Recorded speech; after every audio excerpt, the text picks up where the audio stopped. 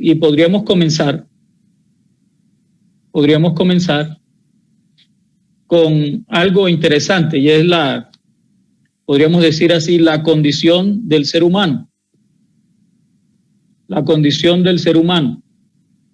Porque a veces el hombre no es consciente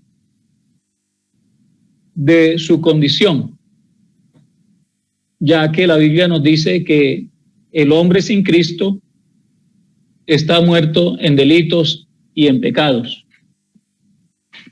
Así que el pecado, que también es llamado teológicamente amartiología, que es la doctrina del pecado, si estudiamos lo que la Biblia dice, nos damos cuenta que el pecado es la desobediencia.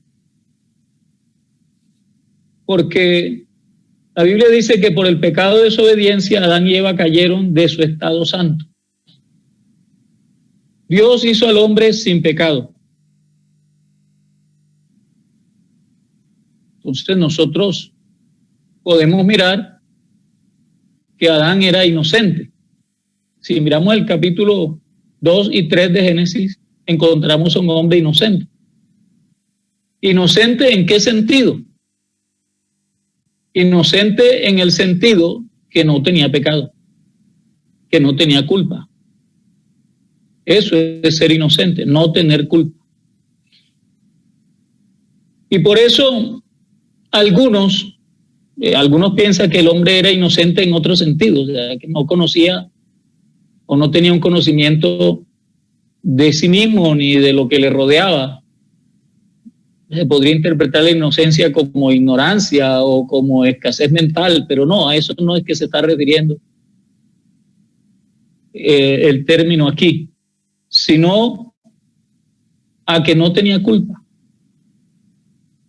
Si usted mira desde el capítulo 3, el versículo 1 al 21, usted encuentra allí en Génesis que el ser humano tenía una relación con Dios especial. Porque Dios creó todas las cosas de la nada. Y después hizo de todo lo creado en medio de la tierra, hizo un huerto. Y en ese huerto, cuando todo estaba hecho, estableció al ser humano, al primer hombre. Cuando vio que estaba solo, le hizo una compañía, le hizo una mujer. Y entonces Dios le dijo algo que él no cumplió. Pero la serpiente era astuta más que todos los animales del campo que Jehová Dios había hecho, la cual dijo a la mujer: con que Dios os ha dicho, no comáis de todo árbol del huerto. Y la mujer respondió a la serpiente: del fruto de los árboles del huerto podemos comer. Pero del fruto del árbol que está en el medio del huerto, dijo Dios, no comeréis de él, ni le tocaréis para que no muráis. Entonces la serpiente dijo a la mujer: no moriréis, sino que sabe Dios que el día que comáis de él serán abiertos vuestros ojos, seréis como Dios, sabiendo el bien y el mal. Entonces nosotros podemos mirar allí algo que es importante que nosotros sepamos, que seamos conscientes de eso. Así que, mirando esta situación, vamos a orar que el Señor nos ayude para ser conscientes de todo lo que el Señor quiere que seamos conscientes. Señor Jesucristo, te damos gracias porque tú eres bueno, tu misericordia siempre es nueva. Esperamos que esta palabra obre en cada corazón, en cada mente, la ilumine, la alumbre de una manera amplia, para que nuestra visión cambie para nosotros y a nuestro entorno. En el nombre de Jesucristo pedimos la inspiración necesaria para hablar de la salvación. Para gloria tuya lo pedimos, amén. Bueno, entonces estamos diciendo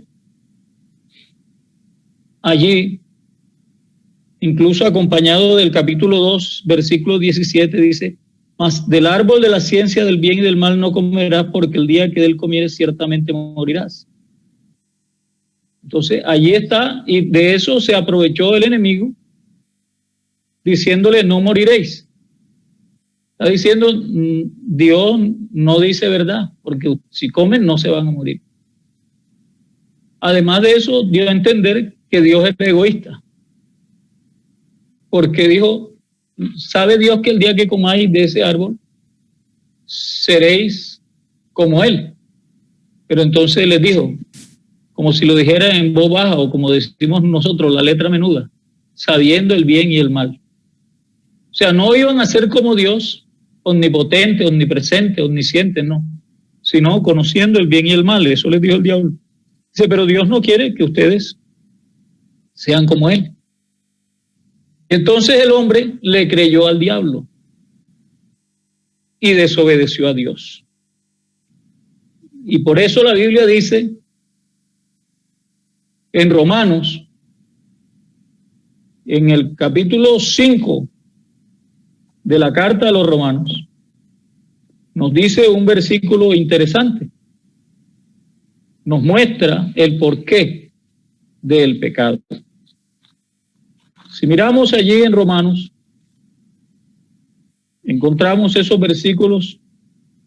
Dice en el versículo 12, por tanto, como el pecado entró en el mundo por un hombre, y por el pecado la muerte, así la muerte pasó a todos los hombres por cuantos todos pecaron. Bendito sea el Señor. Más adelante dice, porque así como por la desobediencia de un hombre, los muchos fueron constituidos pecadores, así también por la obediencia de uno, los muchos serán constituidos justos.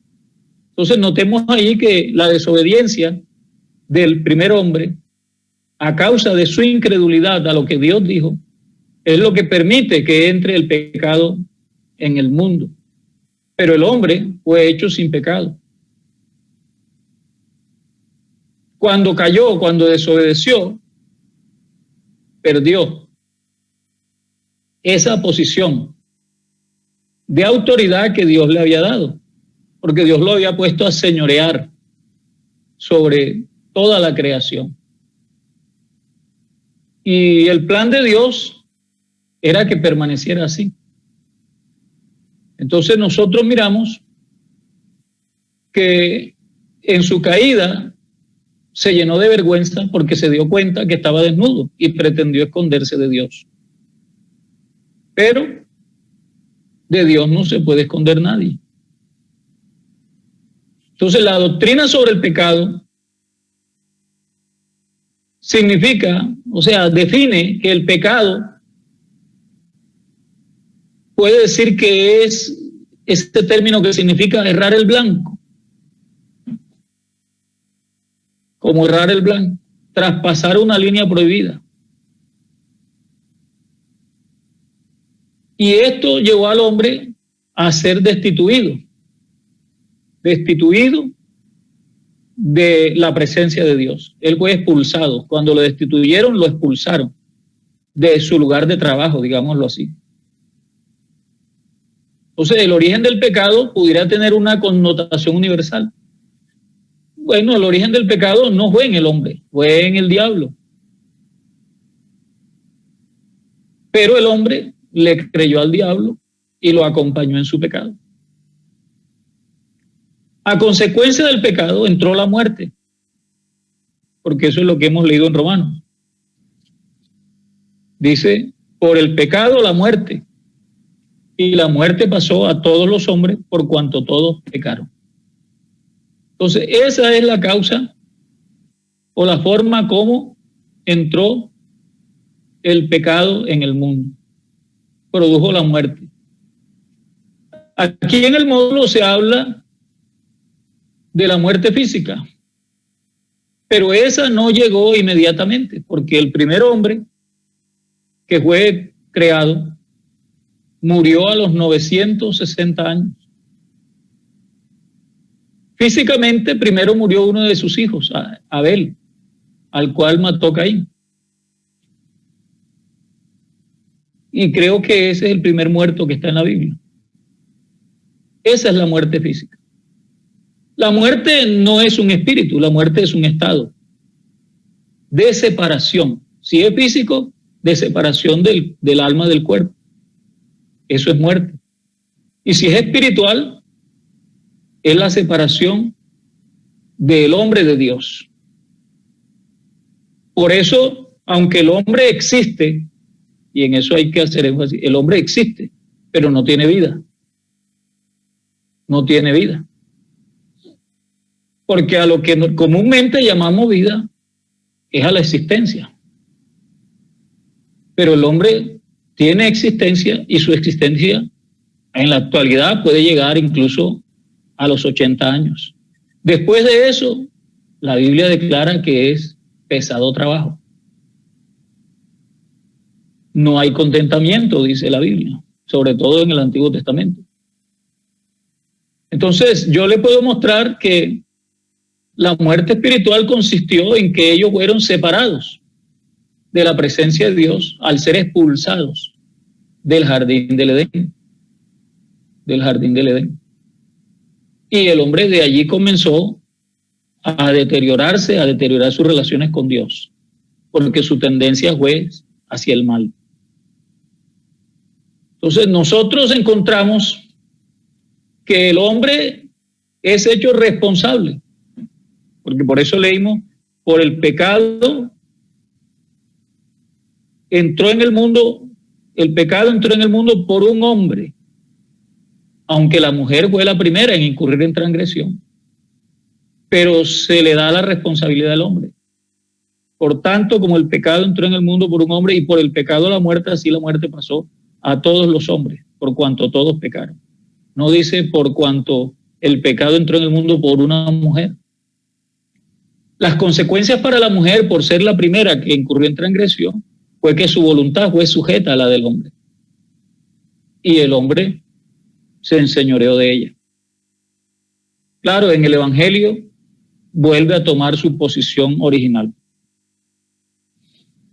Entonces nosotros vemos que esa es una de las consecuencias del pecado. No nos vamos a extender más porque no desarrollaríamos sino una sola doctrina. Si quisiéramos mostrar en qué consiste la muerte espiritual, tendríamos que ir a las cartas de Pablo a Timoteo. Y nos vamos a dar cuenta cuál es el castigo que pienso yo que va a ser más duro para el ser humano. Dice aquí, en la carta de Timoteo, en el capítulo 1, dice, porque es justo delante de Dios pagar con tribulación a los que os atribulan, y a vosotros que sois atribulados, daros reposo con nosotros cuando se manifieste el Señor Jesús desde el cielo, con los ángeles de su poder, en llama de fuego, para dar retribución a los que no conocieron a Dios ni obedecen al evangelio de nuestro Señor Jesucristo, los cuales sufrirán pena de eterna perdición, excluidos de la presencia del Señor y de la gloria de su poder, cuando vengan aquel día para ser glorificado en sus santos y ser admirado en todos los que creyeron. Entonces ahí están mirando usted cuál es la condenación eterna. Estar separados eternamente de Dios. Y eso va a ser terrible. Eso va a ser terrible.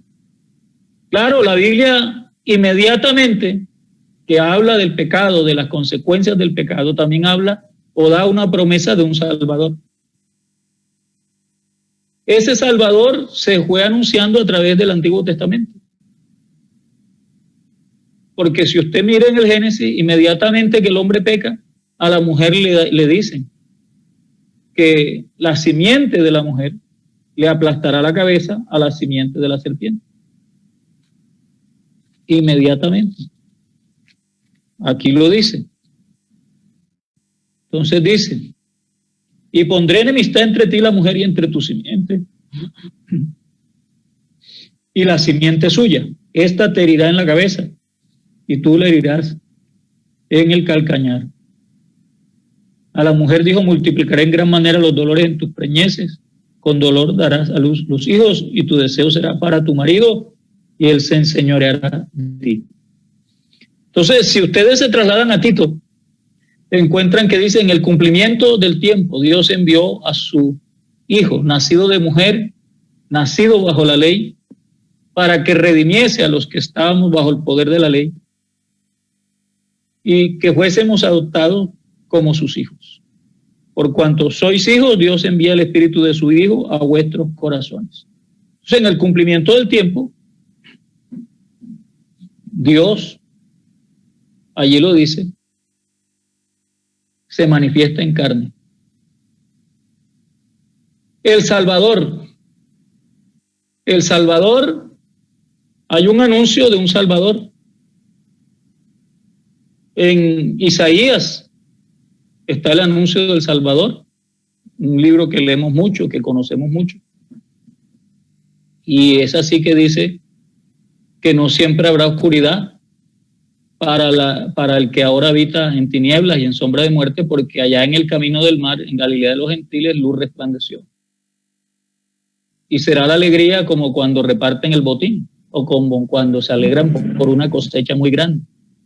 Y dice, ¿por qué? Dice, porque un niño nos es nacido, hijo nos es dado, y el principado sobre su hombro, y se llamará su nombre admirable, consejero, Dios fuerte, Padre eterno, príncipe de paz. Lo dilatado de su imperio y la paz de su reino no tendrán límite, porque Dios así lo dispuso. Ahí está la promesa de un Salvador, que es el mismo Dios. En el capítulo 7 nos dice que una virgen concebirá y dará a luz un hijo y llamará su nombre Emmanuel, y lo deja así. Pero si usted quiere ver el cumplimiento, tiene que ir a Mateo 1, donde dice un ángel, el ángel del Señor le dice a José: no temas recibir a María tu mujer, porque lo que en ella es engendrado del Espíritu Santo es, y ella dará a luz un hijo y llamará su nombre Jesús, porque él salvará a su pueblo de sus pecados. Esto aconteció para que se cumpliese lo que dijo el Señor por medio del profeta. He aquí una virgen concebirá y dará a luz un hijo y llamará su nombre Emmanuel. Y entonces sí lo traduce, dice que traducido es Dios con nosotros. Entonces hay un Salvador que se llama Jesús y que salva del pecado, porque el hombre pecó y nos vendió a todos en el pecado. Nos entregó sin ningún precio al pecado. Nos los dejó como herencia, ese estado, esa condición de pecado. Pero entonces Dios levanta a un poderoso Salvador, que fue lo que profetizó Zacarías, el padre Juan el Bautista, y nos levantaría un poderoso Salvador para que, libre de nuestros enemigos, le sirviéramos en santidad y en justicia todos los días de nuestra vida. ¿De qué salva? Ahí lo dice, porque él salvará a su pueblo de sus pecados. Y entonces dice que ese Salvador, que se llama Jesucristo, es Dios con nosotros. Entonces, el anuncio está en Lucas también. Cuando los pastores guardaban las vigilias, guardaban el rebaño en las vigilias de la noche, dice que de repente los rodeó un resplandor, se iluminaron los cielos. Y ellos salieron con la disposición de correr, pero un ángel les dijo: no temáis, solo queremos darle buenas nuevas. Serán de gran gozo para todo el pueblo que os ha nacido hoy en la ciudad de David un Salvador, que es Cristo el Señor. Sigan, que lo encontrarán acostado en un pesebre envuelto en pañales. Y cuando lo vieron en los pañales, los ángeles prorrumpieron. Dice: gloria a Dios en las alturas, paz en la tierra, buena voluntad para con los hombres. O sea que esa es la primera parte de la noticia, de la buena noticia, que hay un Salvador. Se llama Jesucristo. Dice, un Salvador, que es Cristo el Señor. Imagínense, Cristo el Señor, o sea, Cristo el dueño de todo. En 1 Corintios 15 nos da la segunda parte de esa buena noticia. Y también nos dice lo que es el Evangelio, que Cristo murió por nuestros pecados, porque así estaba escrito, que fue sepultado, pero que resucitó al tercer día conforme estaba escrito. Entonces, esa es la segunda parte de la buena noticia, que es el Evangelio, que nos dice que hay un Salvador que se llama Jesucristo, que es el Señor, el dueño de todo. Entonces nosotros podemos mirar a grandes rasgos eso allí en el módulo. El Evangelio, como lo hemos dicho ya, es esa buena noticia, buenas nuevas, que hay un Salvador, que ese Salvador es Jesucristo. Y entonces el apóstol en el capítulo 15, como les decía, invita, dice: además os declaro, hermanos, el evangelio que os he predicado, el cual también recibisteis, en el cual también perseveráis. O sea que invita a perseverar. Y esa es otra doctrina, la perseverancia. Por el cual, dice, o sea, del evangelio, por el cual asimismo, si retenéis la palabra que os he predicado, sois salvos, si no creísteis en vano. Entonces note usted que el evangelio que se predica, porque hay que predicarlo, el creyente o la persona que quiere ser salva del pecado tiene que recibirlo, pero también tiene que perseverar en él, pero además tiene que retener, y será salvo si no ha creído en vano, y si ha recibido el evangelio, si ha perseverado en él, y si lo ha retenido. Entonces dice: si sois salvos, si no creíste en vano. Y enseguida pasa a decir que él ha enseñado lo que él recibió. Cristo murió por nuestros pecados conforme a las Escrituras, fue sepultado y resucitó al tercer día conforme a las Escrituras. Y de esto dan testimonio, dice que se le apareció a Cefas, a los 12, después apareció a más de 500, después a Jacobo, a todos los apóstoles, y dice Pablo, y por último, como a un abortivo, se me apareció a mí. Entonces fíjese usted que hay más de 500 testigos que Jesucristo resucitó. Esa es una prueba histórica y legal. ¿Por qué? Porque hay testigos de que eso ocurrió así. Y este es el Evangelio. El Evangelio, así, en palabras sencillas. Por eso usted, cuando lee el libro de los Hechos, se encuentra hablando siempre de los apóstoles del Evangelio, o sea, de la resurrección de Cristo, del nombre de Cristo, de la muerte de Cristo. Y eso es suficiente para que un creyente sea lleno del Espíritu Santo, para que reciba el bautismo del Espíritu Santo. Si usted mira Hechos 10, encontrará en la casa de Cornelio que el mensaje que está predicando Pedro es un mensaje que de pronto a nosotros nos parece muy sencillo, pero que es muy profundo.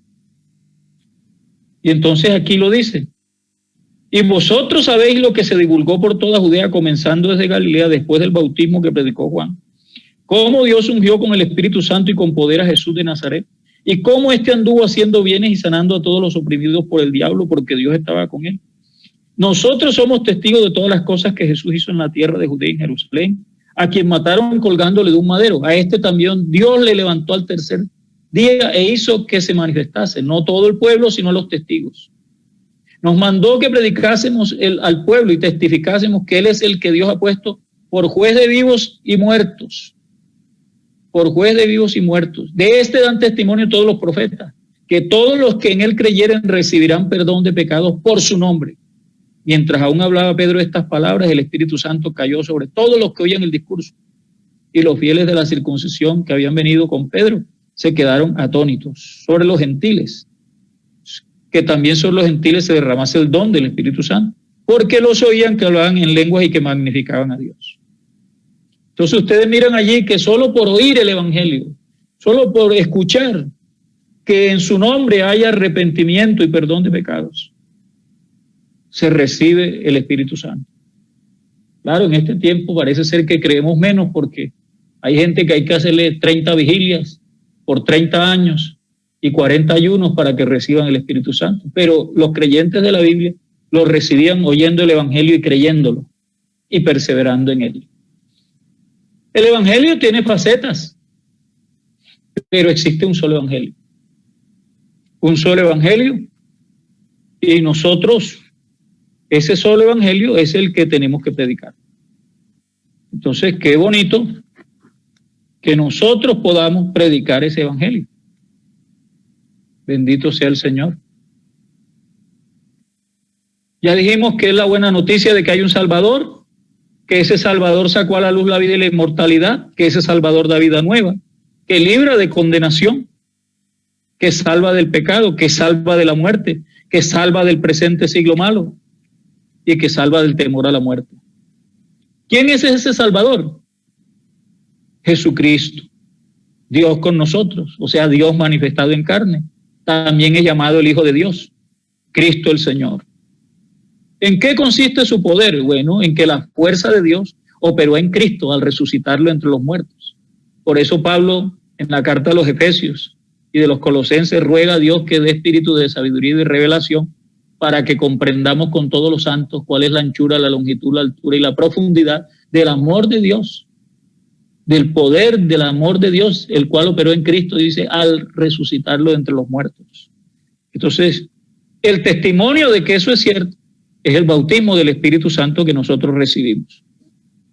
Entonces, qué bonito que nosotros sepamos eso, que esto es una buena noticia que muestra el poder de Dios, que es un evangelio que muestra el reino de Dios y que también se le llama el evangelio de la paz y el evangelio eterno.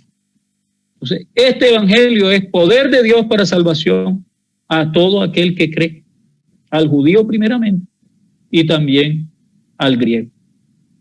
Entonces, nosotros miramos que la procedencia del evangelio es Dios. Si usted mira Marcos 1, el evangelio de Marcos comienza diciendo eso. Comienza diciendo, mire, principio del evangelio de Jesucristo, Hijo de Dios.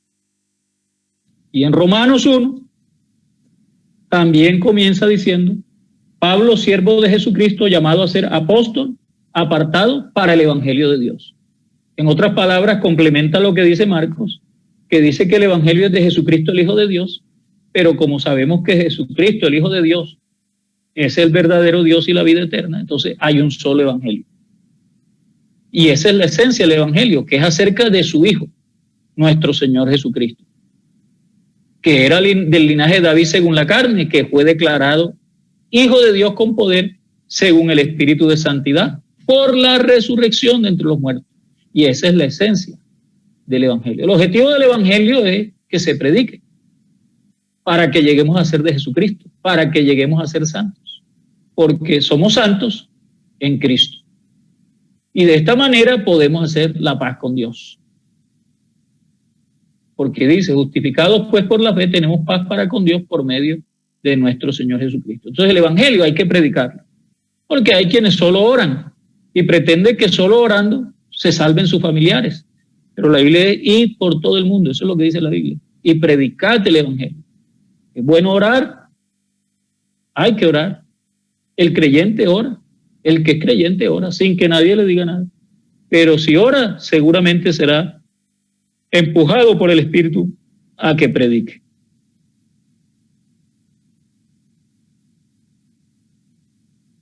Cuando se predica el evangelio también es llamado el evangelio de la gracia de Dios.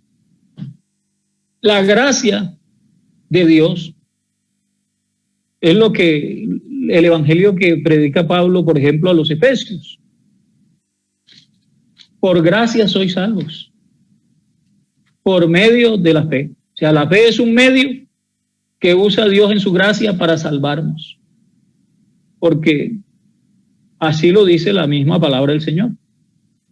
Entonces, si usted mira en Efesios, usted encuentra que dice, Él nos dio vida a nosotros cuando estábamos muertos en delitos y en pecados, en los cuales anduvimos en otro tiempo, conforme al príncipe de este mundo, conforme a la potestad del aire, el espíritu que ahora opera en los hijos de desobediencia.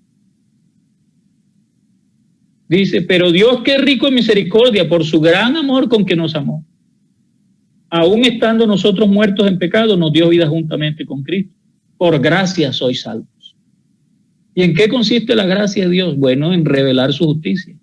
Y en su justicia pasa por alto los pecados de todos nosotros. Es como dice Isaías, ¿quién como mi siervo que tiene ojos y no ve? Que tiene oídos y no oye. ¿Pero acaso no verá el que hizo los ojos y no oirá el que hizo el oído? Claro que sí, pero se hace el que no ve y se hace el que no oye para pasar por alto nuestros pecados. Entonces aquí lo dice, por su gran amor con que nos amó. Entonces no es verdad lo que dijo el diablo allá en el jardín del Edén, que era que Dios era mentiroso y que no nos amaba y que no quería que fuéramos como él, no, al contrario. Entonces por eso Pablo aquí lo está diciendo. Dice, por gracia sois salvos. Esto no es de vosotros, es un don de Dios. Y juntamente con Cristo nos resucitó y así mismo nos hizo sentar en los lugares celestiales con Cristo Jesús. ¿Para qué? Dice, para mostrar en los siglos venideros las abundantes riquezas de su gracia, en su bondad para con nosotros en Cristo Jesús. Porque por gracia sois salvos por medio de la fe, y esto no de vosotros, pues es un don de Dios, no por obras, para que nadie se gloríe. O sea que la gracia es un don inmerecido. ¿Ve? Aparece 164 veces en el Nuevo Testamento, dice aquí el módulo. La gracia se puede definir como el favor inmerecido de parte de Dios hacia el pecador. Ofrece todo por nada. Es como si alguien muy rico le diera algo a alguien que está, pero en la parte más profunda de la miseria. Porque nosotros no teníamos nada que ofrecerle a Dios para que nos declarara sin culpa.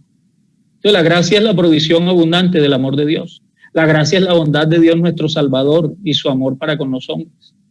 La gracia es el atributo de Dios que sirve como ese favor inmerecido. ¿Dónde se origina esta gracia? En Dios. Él es Dios de toda gracia. Él es el dador de la gracia. El trono de Dios es el trono de la gracia. Y el Espíritu Santo es el Espíritu de la gracia. Nosotros que somos testigos de su gracia, porque nosotros mismos sabemos, entre más caminamos con el Señor, que no fue por obras de justicia que nosotros hubiéramos hecho, sino que fue por su misericordia, porque Él nos lavó, nos regeneró, nos hizo nuevos.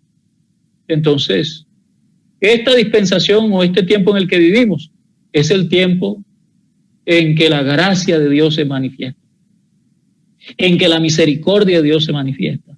A veces le decimos a las personas, pídale misericordia a Dios, pero es que ya la Biblia dice que cuando se manifestó su gracia, su misericordia, nos salvó. No por obra de justicia que hubiéramos hecho, sino por la renovación, por el lavacro que hizo el Espíritu Santo a través de la palabra y nos hizo nuevas criaturas.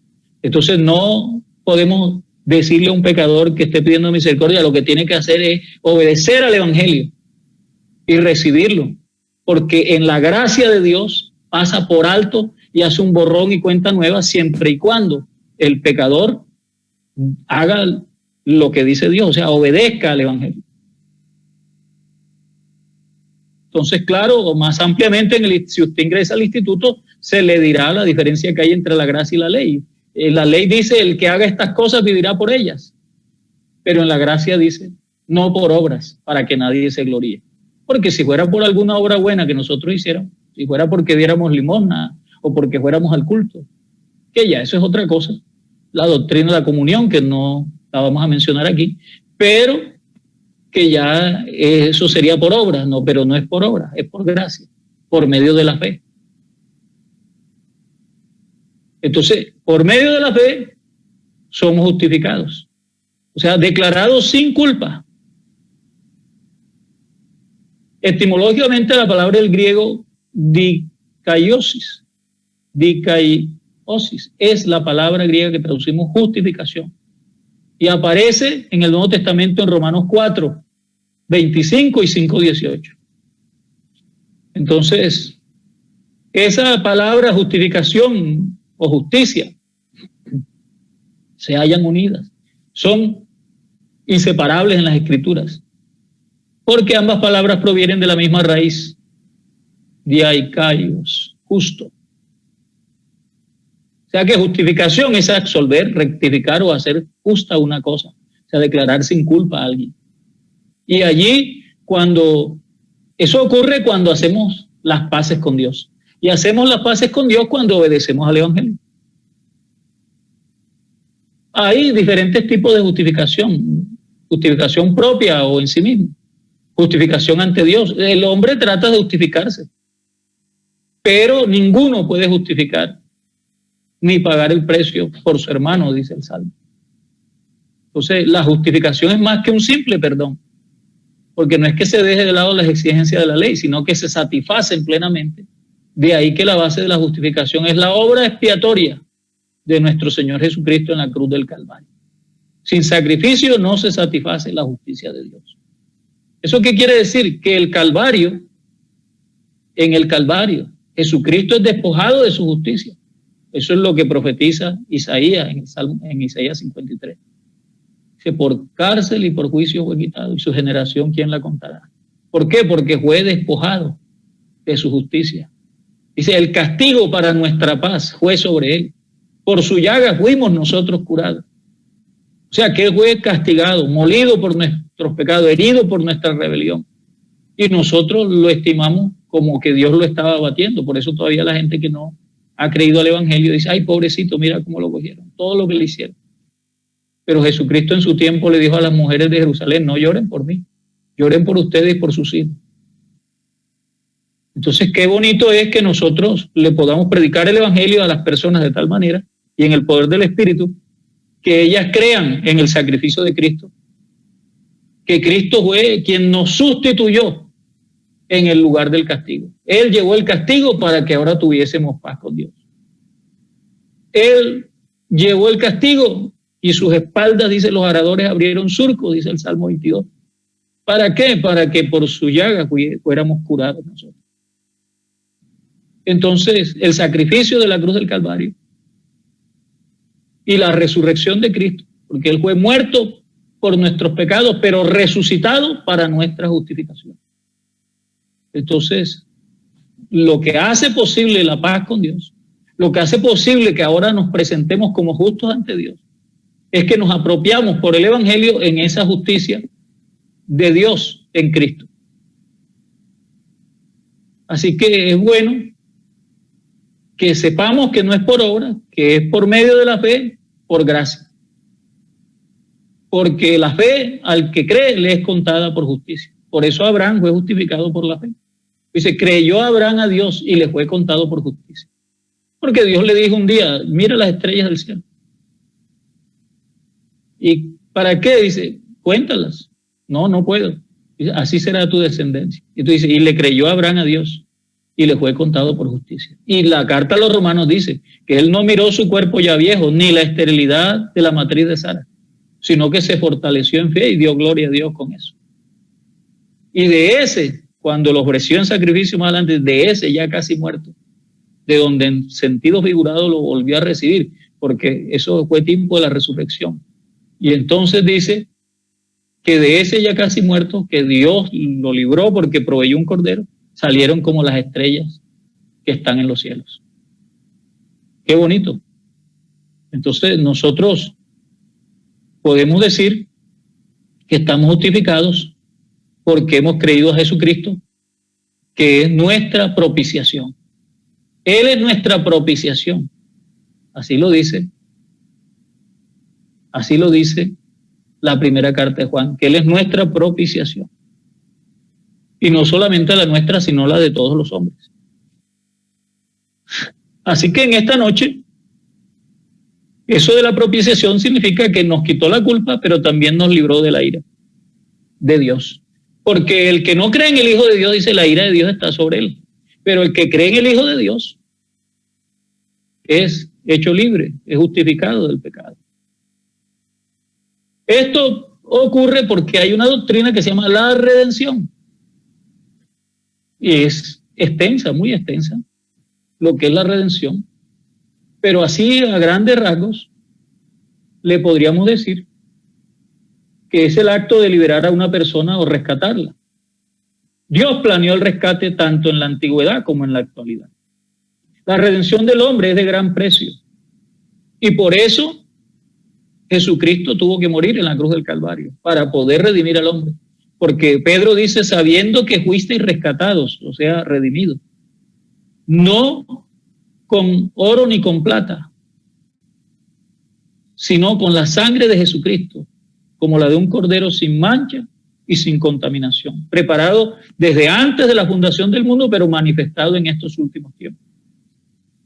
Entonces Jesucristo es nuestra redención y debemos estar agradecidos con Dios sin ningún orgullo, porque toda la obra expiatoria, toda la obra sustitutoria, toda la obra redentora la hizo Jesucristo en la cruz del Calvario. En la cruz del Calvario derrotó, como dice Colosenses 2, a Satanás y a todos sus demonios, y los exhibió públicamente triunfando sobre ellos en la cruz.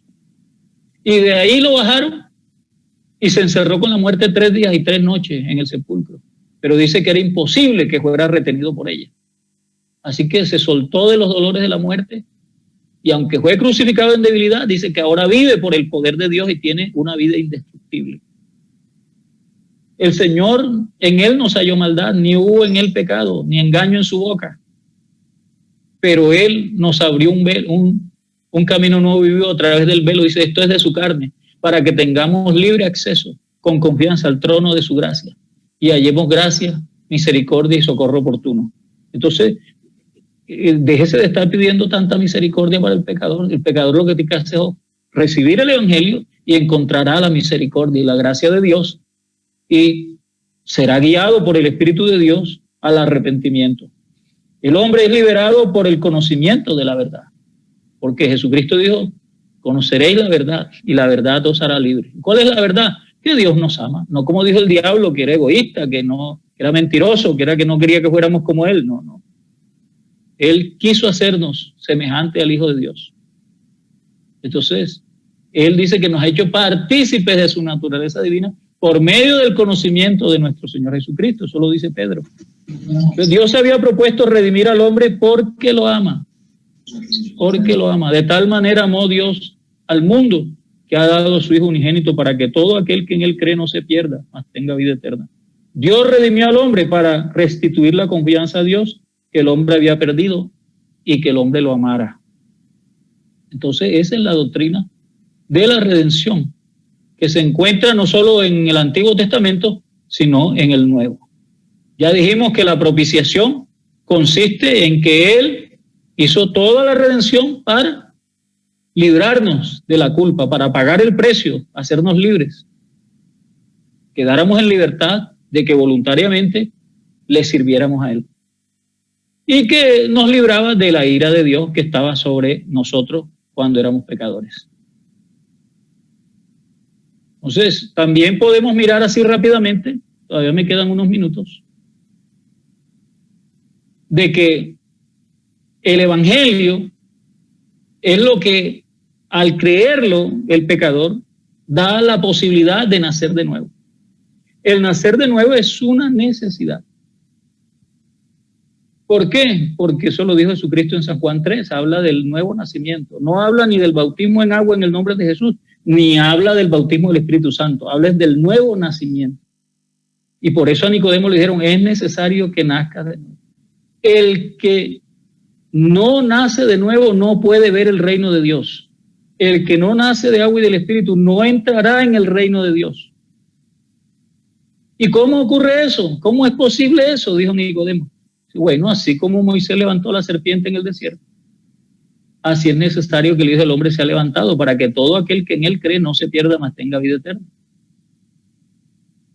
Entonces, note usted que el nuevo nacimiento es por el Evangelio. Yo no entendía, cuando era un jovencito, no entendía bien esa parte, porque como yo no soy del pueblo hebreo. Pero un día, examinando la carta de Pedro, dice, bendito el Dios y Padre nuestro Señor Jesucristo, que según su grande misericordia nos hizo renacer, o sea, nacer de nuevo, para una esperanza viva por la resurrección de Jesucristo de los muertos.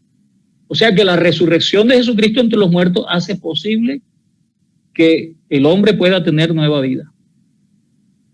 Le da el poder necesario a la palabra de Dios para que le dé vida al ser humano. Santiago, aprovecho allí que estoy en Pedro y me retrocedo al capítulo 1 de Santiago, dice, amados hermanos míos, no erréis, toda buena dádiva y todo don perfecto desciende de lo alto del Padre de las luces, en el cual no hay mudanza ni sombra de variación. Él de su voluntad nos hizo nacer por la palabra de verdad para que seamos primicias de sus criaturas. Entonces fíjese que por la palabra de verdad nos hizo nacer. Pedro dice aquí que fue posible por la resurrección de Jesucristo entre los muertos. Y en el versículo 23 del mismo capítulo 1 de Primera de Pedro, dice, siendo renacidos, o sea, vueltos a nacer, no de simiente corruptible, sino de incorruptible por la palabra de Dios que vive y permanece para siempre. Porque toda carne es como hierba y toda la gloria del hombre como la flor de la hierba se seca, la flor se cae, mas la palabra del Señor permanece para siempre. Y esta es la palabra que por el Evangelio os ha sido anunciada. Entonces note usted que nacemos por la palabra y la palabra tiene esa potencia salvadora porque Jesucristo resucitó entre los muertos. Son las palabras de uno que venció a la muerte. Así que así como él tiene vida en sí, él puede dar vida. Él puede vivificar, porque a él tiene esa potestad. Entonces, la persona por eso necesita creer la palabra, que es predicada en el Evangelio. Esta palabra es la que hace eso posible. Porque todo, por ejemplo, un argumento. Los animales se reproducen por semillas, las personas se reproducen por semillas, las plantas por semillas. Dios tiene una semilla. Lucas 8:11 dice, en la parábola del sembrador explicándolo, dice, la semilla es la palabra de Dios. Así que la semilla es la palabra de Dios y de esa semilla somos nosotros engendrados. Bendito sea el Señor. Entonces, es más, dice, enseguida comienza el capítulo 2, dice, desechando pues toda malicia, todo engaño, hipocresía, envidia, detracciones, desead como niños recién nacidos la leche espiritual no adulterada, para que por ella crezcáis. Porque la palabra nos da vida y también nos hace crecer. Así que por eso un cristiano tiene que leer la Biblia. La necesita leer, porque si no la lee, no crece. Si no la escudriña, si no la estudia, y por eso es que tenemos un instituto, para que usted amplíe y ponga en orden el conocimiento de la palabra de Dios, que es la que da vida. La que da vida. Eso ocurre cuando la persona se arrepiente y se convierte. Porque en el Antiguo Testamento habla del arrepentimiento y dice, paraos en los caminos, preguntad por las sendas antiguas y mirad cuál sea el buen camino y andad por él. Y hallaréis descanso para vuestras almas. Pero ellos dijeron, no andaremos. No obedecieron. En Isaías, eso es Jeremías 6:16, en Isaías 55 dice, buscad a Dios mientras pueda ser hallado, llamadle en tanto que está cercano. Deje el hombre impío su camino, el inicuo sus pensamientos y vuélvase a Jehová, el cual tendrá de él misericordia y será amplio en perdonar. Ahora, ¿por qué le dice buscad a Dios mientras pueda ser hallado? Porque en el Antiguo Testamento, en ese Isaías le está hablando a un pueblo que conoce a Dios. Israel era el pueblo de Dios, los hijos de Dios del Antiguo Testamento. Entonces ellos conocían a Dios y se habían apartado. Por eso es que le dice buscad a Dios mientras puede ser hallado. El arrepentimiento en el Antiguo Testamento entonces nos muestra que es que el hombre se vuelve de su mal camino. O sea, yo voy en un camino contrario al de Dios cuando lo desobedezco. Pero entonces tengo que volverme. Ese volverme y darle el frente a Dios es lo que es el arrepentimiento. Arrepentirse significa volverse. Y convertirse es que al volverse tú comienzas un nuevo camino, el que conduce a Dios. Eso es conversión. Y entonces cuando tú te arrepientes y te conviertes, o sea, cuando tú te vuelves a Dios y comienzas a caminar en el camino de Dios, Dios te da nueva vida. Y claro, esa nueva vida te muestra que la vida vieja hiede. Entonces hay que sepultarla. Y a consecuencia de eso te tienes que bautizar en el nombre de Jesucristo para el perdón de los pecados. Porque hay predicadores que dicen, venga al altar y sus pecados serán perdonados. No, tiene que bautizarse. Arrepentirse es volverse a Dios. Es una doctrina fundamental, porque si no os arrepentís, dice Lucas 13, del 1 al 5, todos pereceréis igualmente. Arrepentíos y convertíos para que sean borrados vuestros pecados, para que vengan desde lo alto tiempos de refrigerio. Entonces nosotros podemos mirar que el arrepentimiento y la conversión es lo que hace posible que la nueva vida que obra por la palabra se haga una realidad. Y entonces, como ya nace de nuevo, hay que sepultar la vida vieja y para eso es el bautismo. Para que tenga toda la autoridad de andar en la vida nueva que ha recibido. O sea que el bautismo no es el que hace nacer, es la palabra. El bautismo sepulta la vida vieja, sirve para perdón de los pecados y corrobora que tenemos vida nueva si hemos muerto. El problema es que algunos se bautizan sin haber nacido. Y es cuando usted encuentra una persona en la iglesia que forma problemas, que dice que todo es difícil, que la vida cristiana no se puede, que eso de diezmar y ofrendar, que quién dijo, porque él no es consciente de la nueva vida, él no ve el reino de Dios. Y como no ve el reino de Dios, no entra. Y como no entra, no se sujeta. Porque si no naces de nuevo, es imposible que veas el reino de Dios. Por eso es necesario nacer de nuevo. Y se nace de nuevo cuando uno se arrepiente y se convierte. Cuando uno se arrepiente y se convierte, a medida que camina se aleja del pecado. Pero ese pecado hiede porque se muere, porque ya no lo alimentas más. Ahora te alimentas de la palabra. Entonces hay que sepultar ese pecado.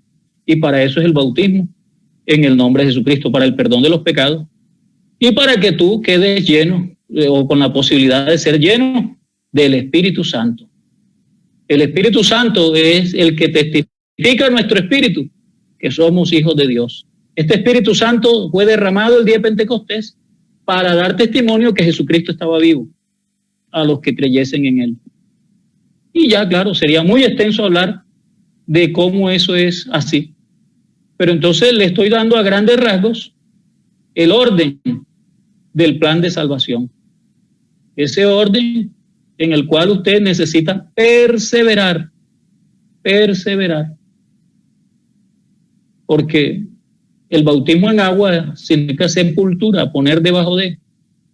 Es como quien introduce una tela virgen, dice la etimología de la palabra, en una piscina llena del tinte con que teñían las telas. En la púrpura, por ejemplo, dice que habían unas piscinas con un tinte especial que era el púrpura, introducían la tela en la piscina llena de tinte y el tinte se introducía en la tela y la tela en el tinte y no volvía a ser más blanca o virgen, venía a ser púrpura y era muy costosa y no perdía su color porque eran tintes especiales. El efecto de entrar la tela en el tinte y el tinte en la tela se llama bautizar la tela. Lo mismo ocurre con el Espíritu Santo. El bautismo del Espíritu Santo te introduce en el Espíritu de Dios y el Espíritu de Dios se introduce en ti. Y las señales que tú hablas en otras lenguas, como el Espíritu te dé para que hables. Y esa es una doctrina que necesitamos mantenerla ahí fresquita, porque en este tiempo algunos dicen que apenas tú te bautizas, ya quedas lleno del Espíritu Santo, y eso no es verdad. Tienes que hablar en lenguas porque así está en todas las experiencias, en Hechos 2, en Hechos 8, en Hechos 10, en Hechos 19, muestra que son dos experiencias diferentes, el bautismo en agua en el nombre de Jesucristo, del bautismo del Espíritu Santo, hablando en otras lenguas como sello de que se es lleno del Espíritu Santo.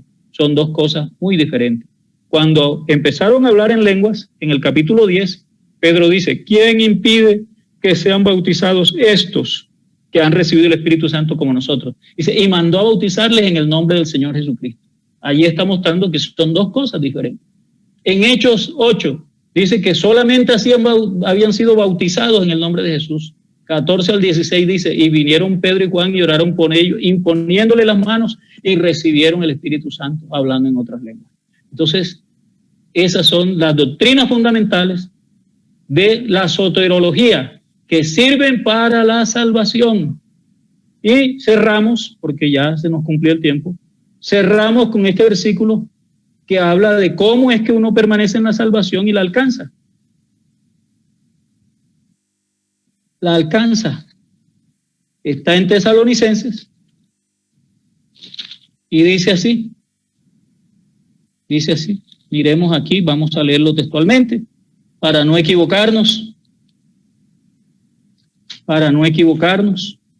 Dice aquí, pero nosotros debemos dar siempre gracias a Dios respecto a vosotros, hermanos amados, por el Señor, de que Dios os haya escogido desde el principio para salvación, mediante la santificación por el Espíritu y la fe en la verdad, a lo cual os llamó mediante nuestro Evangelio para alcanzar la gloria de nuestro Señor Jesucristo. Entonces, somos santos, no por obras. Somos santos por haber creído en Jesucristo, porque así lo dice Efesios 2, o Efesios 1, perdón, porque la santidad consiste en estar en Cristo. Entonces, no, ¿y por qué entonces voy a culto Si no es para ser santo, no, yo voy a culto porque soy santo. Estoy consagrado para hacerle culto a Dios 24 horas. No. Entonces eso quiere decir que no necesariamente porque esté reunido en la congregación es que soy santo. Necesito ir a la congregación porque necesito la comunión cuando se puede. En estos días que a veces no se puede, guardamos la comunión por otros medios, pero no nos desconectamos de nuestros hermanos ni del pastor. Entonces dice aquí, según nos escogió en él antes de la fundación del mundo para que fuésemos santos y sin mancha delante de él. O sea que somos santos por permanecer en Cristo, por haber recibido el Evangelio, el cual nos introduce a esta gracia. Así que a grandes rasgos ese es el módulo de soteriología.